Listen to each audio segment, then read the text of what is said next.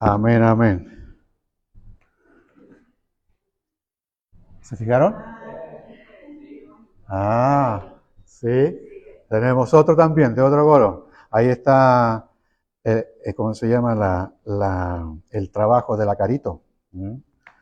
Que nos apoyó con eso. Eh, qué bueno, ya está. Y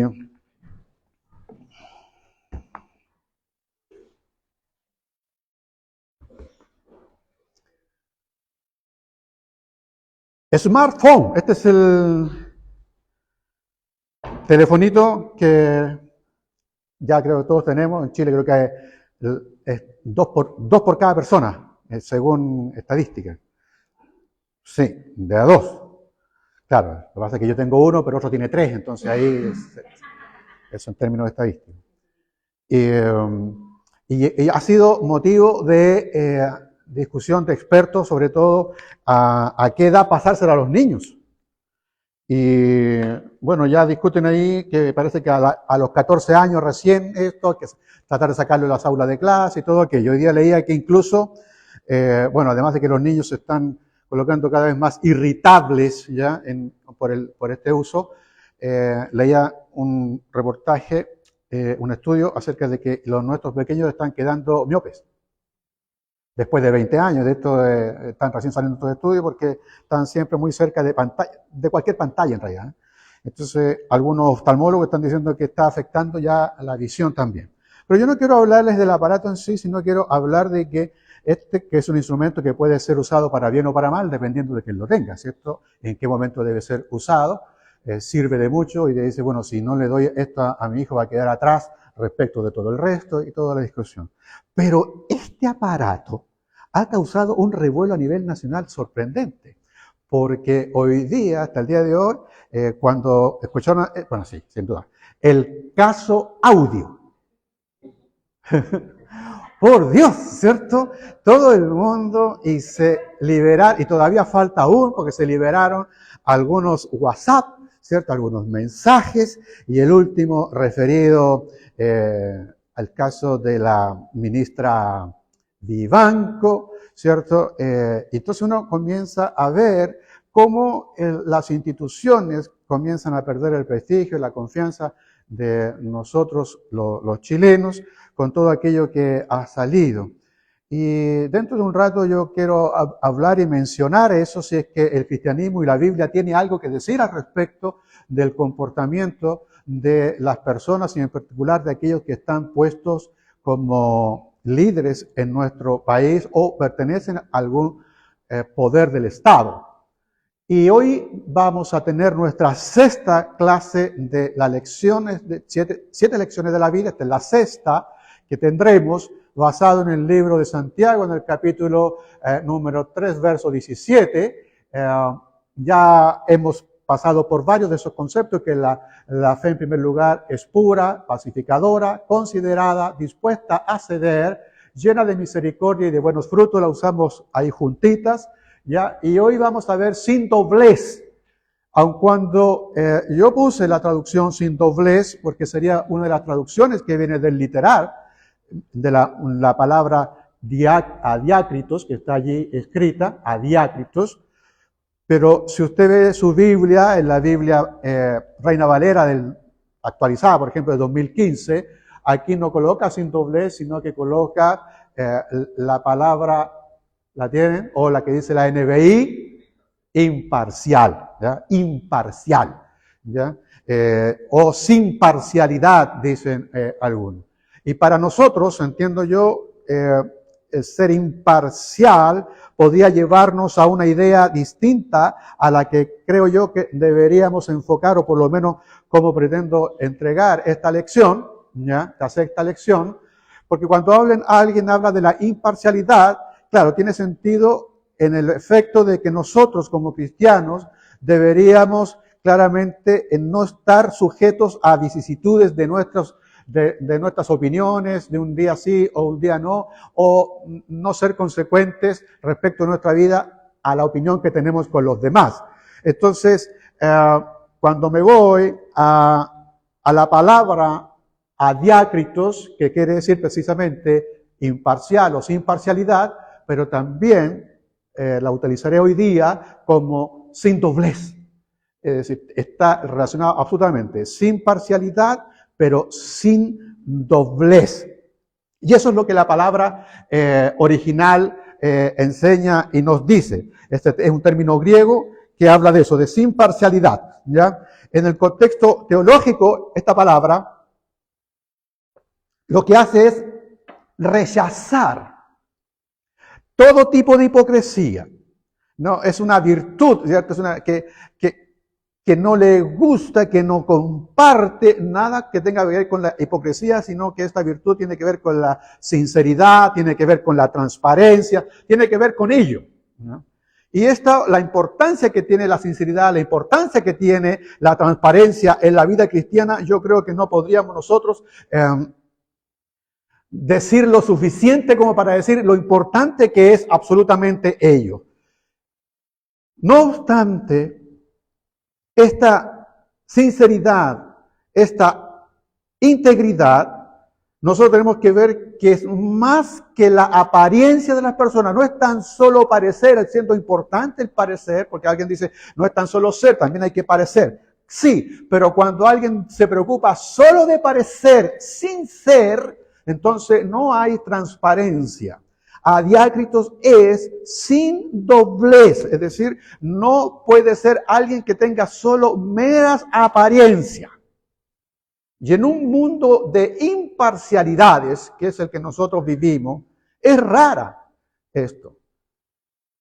Se da mucho la ambigüedad moral. Es común la ambigüedad moral. Y esto es inquietante, por ello que esta tarde debemos nosotros llevarnos y defender mucho y ojalá poder transmitir y compartir la verdad que se resiste a toda tentación a actuar de manera con doblez o con dobleces. Y nosotros podríamos llegar rápidamente tal vez a un prejuicio de decir, sí, hay personas que así actúan, tienen un doble estándar, actúan con doblez, que no son transparentes, y pensamos que nosotros tal vez estamos lejanos de ello, y fíjese que no lo estamos tanto. Es muy difícil a veces mantener esta transparencia, porque en tiempos modernos, los desafíos que tenemos nosotros en este tiempo para actuar con la sabiduría adiácritos, con la sabiduría sin doblez, el mundo que se declara hoy día, esta sociedad que se declara este mundo moderno, tiene esta tentación a cada instante. Y mantenerse apegado a la verdad, a la transparencia, no es sencillo y la ambigüedad moral nos va a, en algún instante, a tentar y cercar de ponernos cerco alrededor de ello. Fíjate que muchas veces nosotros, ¿cuánto caemos en aquello? Nosotros tenemos convicciones. Nuestra fe declara convicciones. Pero tantas veces no actuamos de acuerdo a nuestras convicciones, sino que actuamos de acuerdo a nuestras conveniencias. Si nos conviene aquello, lo hacemos y hacemos aquella cosa, y a veces incluso por encima de nuestras propias convicciones. ¿Tanto así? ¿Será aquello que nosotros actuamos por conveniencia y no por convicciones? Pues hay una trampa allí. Creemos que hacer eso, lo que demanda el menor esfuerzo, creemos que es el camino correcto y sin duda no lo es. Y por ello notamos esta ambigüedad moral en Chile. Esta ambigüedad moral que yo mencioné el caso Audio, pero este es de los últimos y lamentablemente nos hemos venido acostumbrando a escuchar caso tras caso y entonces ya, por ejemplo, nos olvidamos del caso Penta, de esa ambigüedad moral, de esa forma de malversar, de tener las facturas ideológicamente falsas. Nos olvidamos, bueno, la prensa puso palabras que a esta institución no les gusta, por ejemplo, hablar del Paco Gate, no les gusta que le llamen de Paco ni el Milico Gate, pero son cosas que nosotros tuvimos, malversaciones de estas instituciones. Y de hecho, son generales que hoy día están presos. ambigüedad moral. Y este último caso que nosotros vimos, bueno, ni qué hablar, recuérdense el tema de las farmacias, el tema del papel higiénico, el tema ¿cómo se llama esta cosa? Del pollo, y suman y suman.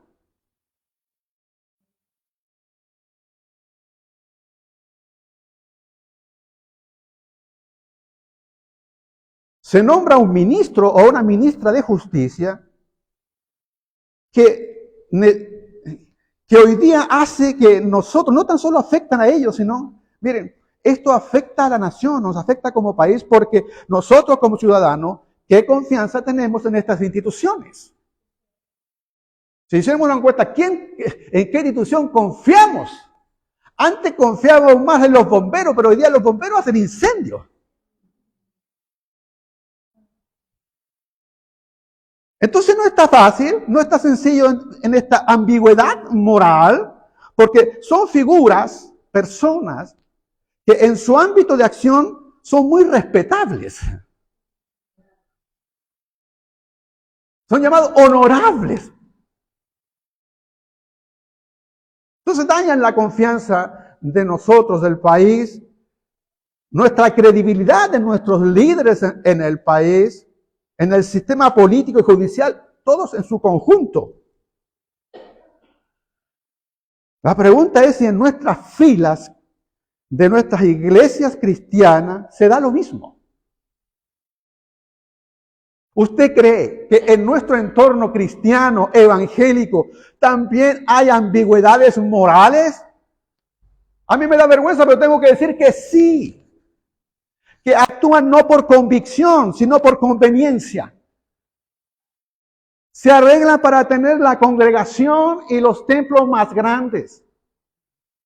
Por conveniencia, no por convicciones. Les mueve el dinero, la ambición, el ansia de poder. Nos avergüenza eso. Pero lo que quiero decir es que no es tan fácil que nosotros arrojemos una piedra, tenemos tejado de vidrio. Por ello que debemos nosotros defender a ultranza la verdad de la transparencia, de la sinceridad, de la honestidad, de vivir en la integridad, de vivir con la sabiduría a diácrito, sin doblez. Ser de una línea, me convenga o no me convenga. La Biblia, que no oculta estas cosas, nos recuerda de casos que efectivamente personas que actuaron con doblez en su vida, con ambigüedad moral, y no los oculta. No tapa eso, no lo mete debajo de la alfombra. Y solo por recordar dos casos, y voy a mencionar estos dos casos, uno del Antiguo Testamento y otro del Nuevo Testamento, que creo que para mí que son los casos más graves. ¿Por qué? Porque hay vidas humanas involucradas y hay muerte. Recordará usted el caso de David, el rey David. El rey David, haciendo uso de su poder, abuso de su poder, tomó a una mujer que no era su mujer, la hizo suya, la embarazó, tomó al marido, lo mandó a la guerra para que muriera. Ese hombre murió.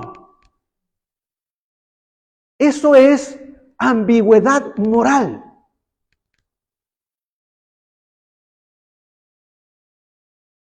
Tanto es así su ambigüedad moral que estaba dispuesto a sentenciar a aquel que era capaz de robar una oveja. Cuando le cuenta el profeta, Natán le dice, hay un hombre que tenía muchas ovejas y tomó la única que tenía su vecino, la trajo, la mató, hizo una fiesta con sus amigos, y David dijo, ese hombre merece la muerte. Ambigüedad moral.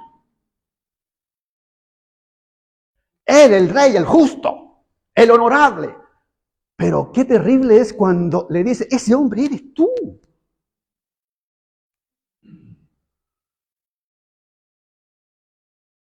La Biblia no oculta esto. Recuerda en el Antiguo Testamento, perdón, en el Nuevo Testamento, un matrimonio que se pone de acuerdo. Está toda la iglesia compartiendo sus bienes, así que vivían bien, compartían de todo. Y nadie les obligó a ellos, pero ellos vendieron su propiedad y trajeron a los pies del apóstol diciendo, aquí está todo el dinero, porque querían la admiración. Que todo el mundo los aplaudiera, Ananías y Zafira. Queriendo engañar y mentirle a Dios. Ambigüedad moral. Viviendo con dobleces. Y Pedro le dice, ¿por qué quieren mentirle al Espíritu Santo? Y murió. Entonces, la cosa no es sencilla porque actuar de la forma correcta requiere valentía. Valentía en la fe, valentía en lo que nosotros creemos y esperamos de Dios, en tomar decisiones basadas en la verdad. El compromiso con la verdad requiere esa valentía para no tomar decisiones basadas en nuestra conveniencia, sino en la verdad que es la palabra de Dios para nosotros. Pueden ser decisiones difíciles, sin duda, y a veces, ¿saben?, impopulares. Declararnos como hijos de Dios y cristianos no será popular muchas veces en los medios donde nosotros nos desenvolvemos. El desafío cristiano es a vivir de acuerdo a los valores, a la transparencia, a la sinceridad. Ese es el desafío, aun cuando no sea popular. Hay un ejemplo notable, para no contar simplemente cosas malas. Hay un ejemplo notable de alguien que vivió con la sabiduría diácritos, que es esta sabiduría sin doblez. Y se encuentra en el Antiguo Testamento y quiero compartirla con ustedes, que es la historia del profeta Daniel. Daniel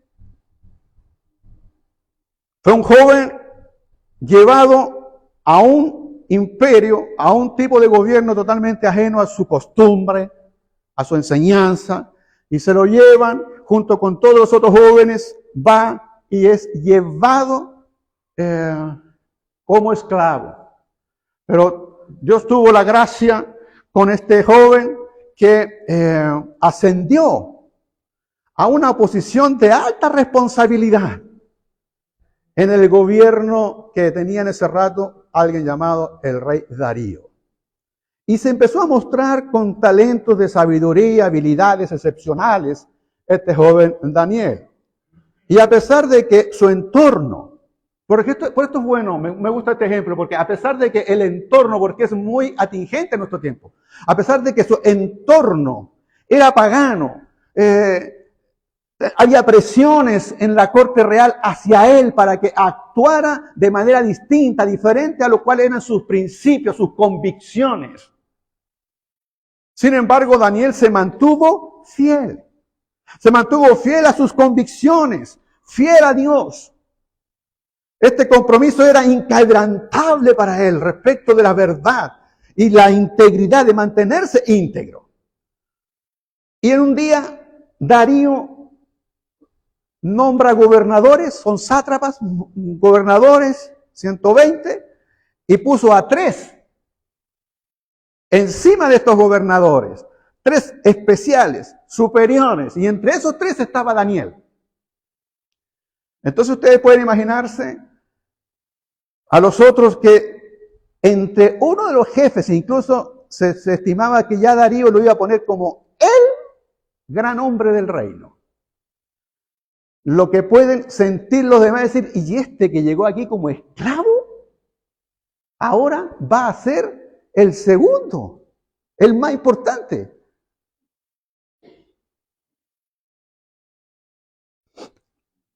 A lo mejor a veces lo has vivido tú en experiencias laborales. Y este que llegó recién, el joven, y te muestra, y Dios te va subiendo, ¿sí? y va haciendo que escales y todo, y no siempre vas a tener a veces la comprensión de quienes están ahora bajo tuyo. Le pasa a Daniel esto, de tal forma que los sátrapas, los gobernadores de la división, de las regiones allí, concertan una idea. Dice, tenemos que bajar a este. Tenemos que sacarlo de aquí. Y buscaban en su hoja de vida, buscaron en todos los mensajes de WhatsApp, en el celular que tenía, buscaron en la fotografía, no encontraron nada, nada, no había nada. Daniel se mantenía íntegro. No tenía ni una coima, ningún proveedor había venido, le había regalado un viaje, lo que fuera, no tenía nada de eso. Entonces ellos dijeron, la única forma en que podemos pillarlo es algo de acuerdo a su religión, de acuerdo a su vida, a sus creencias. Tenemos que pillarlo por ese lado. ¿Y qué idearon? Le dijeron, fueron donde Darío, salve rey y todo aquello, los saludos de rigor, y le dicen, y van detrás del ego de Darío. Le dicen, tú eres el rey, para ese entonces el rey era ser como Dios, declara un decreto, bando número, dese a conocer, publíquese y dese a conocer, y le dice, ¿de qué se trata? Que en un mes, en 30 días, nadie adore a ningún Dios ni a ningún hombre, solo a ti, Darío. Darío dice, bueno, me parece bien, firme. El hombre firma y le dice, ojo, cuando usted firma, esto es válido para todo el reino, para todos lados, todas las regiones, hasta el pueblo más pequeño, más recóndito, en cualquier método, tiene que cumplirse. Y si no se cumple, merece muerte. Y en ese entonces la muerte los metían ahí en una cueva donde habían puros leones hambrientos. Esa era la muerte que los tenían sentenciado. Y sale el decreto. Y se entera Daniel del decreto. Ese día llegó a su trabajo y se encuentra con que eso, edicto había salido de todas partes. ¿Qué hizo Daniel? ¿Qué hubiésemos hecho nosotros? Guardemos prudencia, pues. Si vamos a orar, que no nos vea nadie. O mejor, ¿qué pasa si no oro un mes? No va a pasar nada. Total, es un mes.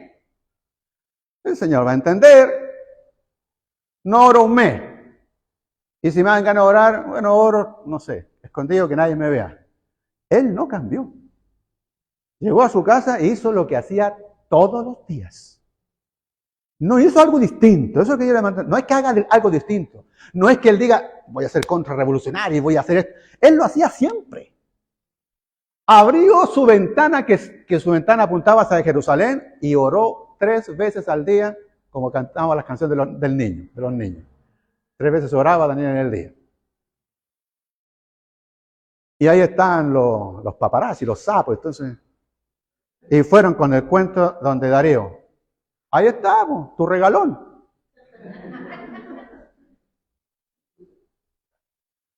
Esas dos, yo digo, menciono esta frase, pero son frases que yo escucho en mi trabajo. Ay, jefe, con los que jefe, ahí tiene su regalón, pues veme. No tengo regalones yo. Y se entera Darío que Daniel había orado a su Dios. Le pesó en su corazón porque sabía que era un buen elemento para él, una buena persona. Pero quedó casado con su firma. Debe morir. Y a la cueva de los leones se fue. Allí. Pero tomemos en cuenta que Daniel no cambió, se mantuvo íntegro, no cedió a la presión, no comprometió sus principios, no buscó una salida fácil. Y mantuvo su lealtad para con Dios por encima de cualquier autoridad terrenal.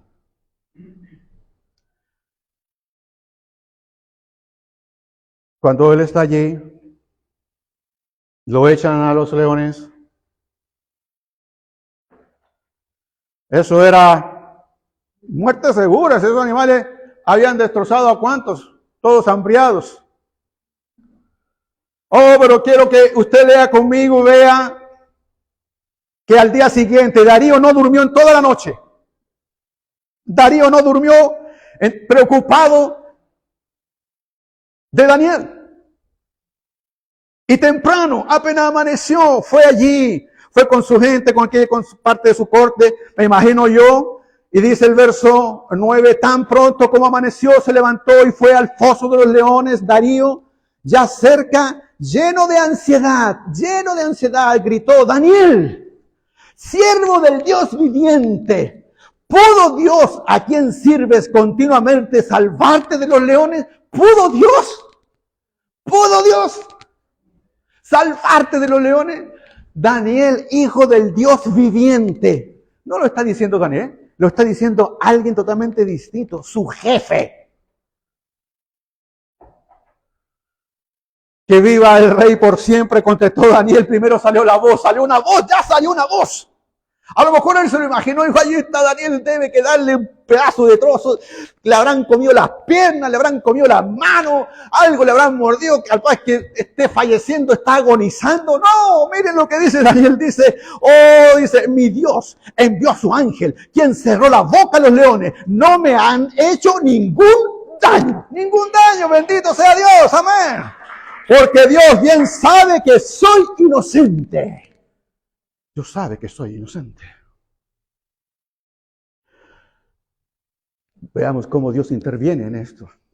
Y esto es tan bueno porque tuvo un impacto significativo en el rey, en las otras personas. Cuando tú eres honesto, cuando tú eres sincero, cuando tú actúas con sabiduría de tipo adiácritos, cuando no actúas con dobleces, no tan solo bendices tu vida, sirve de ejemplo para otros. Otros van a glorificar a Dios por lo que tú eres capaz de mantenerte fiel en eso. Este ejemplo bíblico resalta aquello. De aquellos que eligen vivir la verdad, de ser íntegros sobre la ambigüedad moral. Confía en Dios, va a cerrar Dios la boca de todos estos leones que hoy día tal vez te rodean.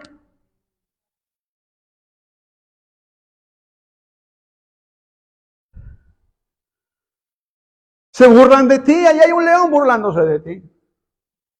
Pretenden denigrarte. La incomprensión te rodea, ruge alrededor tuyo, te menosprecian. Acusan de algo que no es cierto. Ahí estaba Daniel, acusado de algo que no era verdad, de algo que no era cierto. Él se mantenía aún leal al rey, pero su lealtad era mayor para con Dios. Cumplía con su trabajo. Tal vez estás en medio de sitios, de lugares, de personas que no reconocen esa integridad en ti y a veces incluso eres motivo de burla de aquello. Se burlan de ti, de tu fe, de tu creencia, de tu confianza en Dios. Son leones que quieren rugir, pero no temas, Dios cerrará la boca de esos leones. No te harán daño, no te harán daño. Los que buscaron perjudicar a Daniel, ¿saben qué ocurrió? Darío los tomó a ellos y ellos fueron a parar al foso de los leones. Y no es que los leones le faltaban dientes, no es que no tenían hambre. Era Dios quien había parado, porque apenas los echan, murieron. Yo no quisiera que estos que van en contra de los cristianos, de los hijos del Señor, no saben con quién se están metiendo. No saben quién está. Nosotros estamos en las manos de Dios. Él es quien nos defiende, quien nos guarda, quien nos protege. Y no quiero que ellos vayan a caer como cayeron estos que acusaban a Daniel. Pero si no son capaces de darse cuenta y de arrepentirse, Dios tomará cuenta con ellos. Por eso que Dios dice: ustedes no pueden vengarse, es mía la venganza.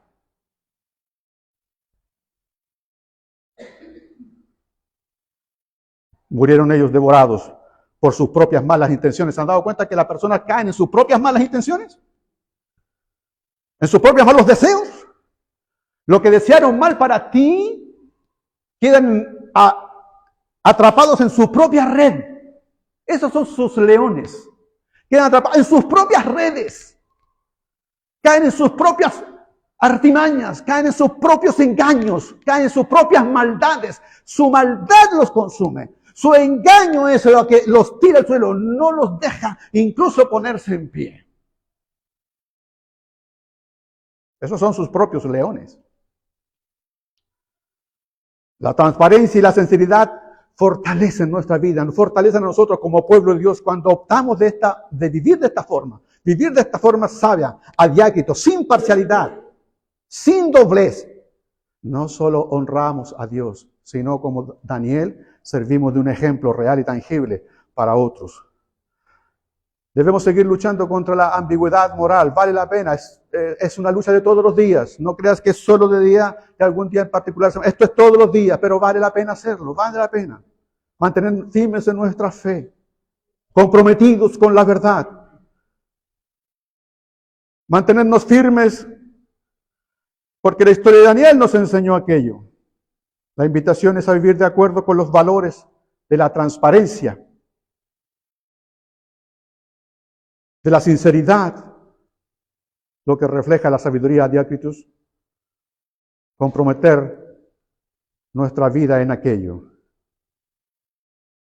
Difícil, sin duda lo es. Grandes hombres en la Biblia cayeron. En la vida que nosotros vemos y la experiencia también lo hemos visto. Por eso que nosotros tenemos que ver, orar, sostenernos cada día de la mano de Dios para no caer, para no ceder, para no ser, no es que no podamos ser tentados, seremos tentados, pero no caer en la tentación de vivir en doblez. Él promete ayudarnos. El mismo Santiago dice que el hombre de doble ánimo, de doble alma, es inconstante en todos sus caminos. No se establece en todos sus caminos. No logra realmente ponerse en pie. La falta de integridad, el ser de una manera, de actuar de manera con doblez de pensamiento, nos llevan a la inestabilidad, a la inconsistencia en nuestras acciones. Pero un corazón íntegro, por el contrario, se mantiene firme, constante en sus propósitos, reflejando una vida fiel y honrando a Cristo con ello. Entonces, miremos que cada uno de nosotros nos mantengamos así. Daniel es un buen ejemplo. Podemos imitarlo. Amén. Gracias, Señor.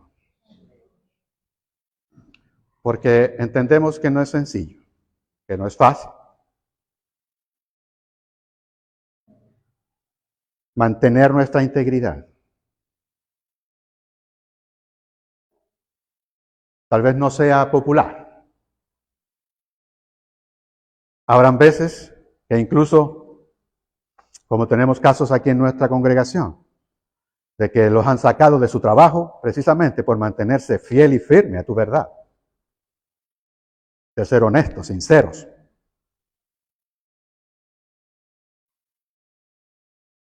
Y se burlaron. Y a veces no fueron bien tratados. Pero hoy tú los tienes bendecidos con trabajos nuevos, Señor. Eso es tu mano, tu gracia, tu bendición sobre ellos, Padre. Para aquellos que hoy día están, tal vez, rodeados de estos leones que han sido levantados simplemente por mantenernos fieles y firmes en tu camino. Por llamar al pecado pecado. Por no transar los principios cristianos. Por levantar nuestra voz cuando hay cosas incorrectas. Por denunciar las injusticias.